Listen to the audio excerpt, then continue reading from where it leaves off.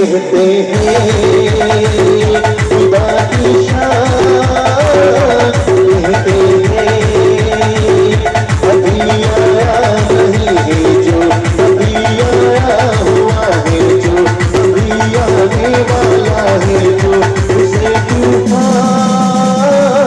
कहते हैं खुदा की शान, कहते हैं।